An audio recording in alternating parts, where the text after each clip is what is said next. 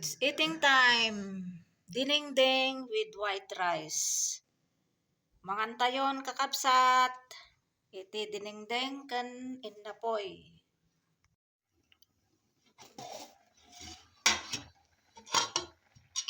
Cooking dinengdeng na may talong, string beans at saka yung ito yung yung circle marrow, yung it's like zucchini, yung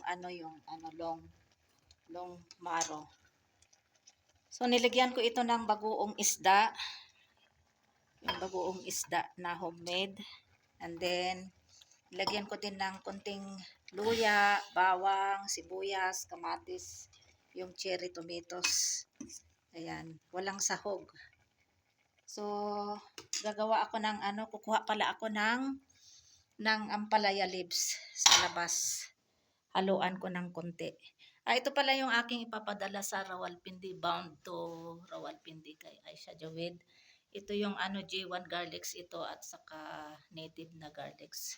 Ito yung tinanggalan ko ng tangkay. So maya-maya pupunta si Fahad sa Rawalakot City para ipadala niya. So punta tayo doon. Yun. Ampalaya leaves na yun, kuha ako ng konti. Mga 5 or 4 na leaves. Ayan, bismillah. Nagluto ako nung kailan ba yun, yung munggo, 2 days ago. Naluan ko din ng ampalaya leaves, mga 5 pieces na dahon.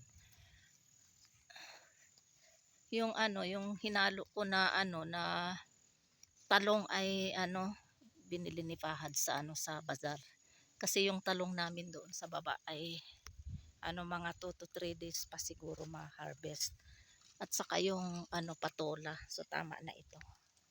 Ito yung patatas na hinarvest nila kay. Ayan, bilad ko muna para matanggal yung yung lupa, madry. Ayan.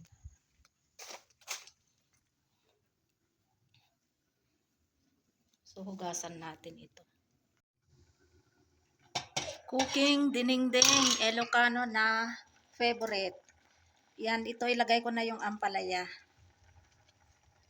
Ayan, para daw, may nagsabi nito na hindi daw i-overcook. Para hindi mapait daw. So, luto na itong beans, itong circle marrow at saka talong. Ay, hindi ko pa pala nalagyan ng ng magic sarap. Lagyan ko para sumarap. Ayan. Tipid-tipid. Ayan. Ayan, nagsasaing din ako ng kanin. Ayan. Gutom na ako, gutom na. Silang nga kumain na, sila kay kumain na. Si Fatma mamaya pa yon darating. 2 o'clock. Pa lang, 1:10 PM pa. Ayan, luto na itong dahon ng ampalaya. Tikman natin kung anong lasa.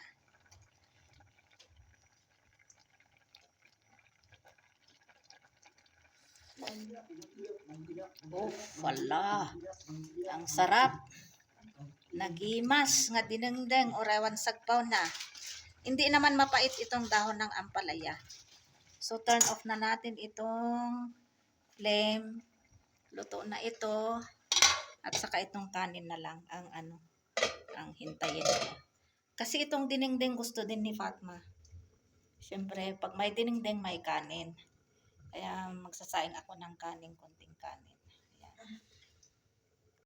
Let's eat everyone. Dinengdeng with white rice. Ayan, nilagyan ko pa ng asin sa ibabaw ng takip para hindi mahilaw. So, luto na ito. Ayan, oh.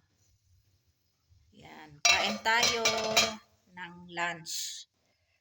Pang dinner na din ito sa akin at saka si Fatma. Silang gusto din ito.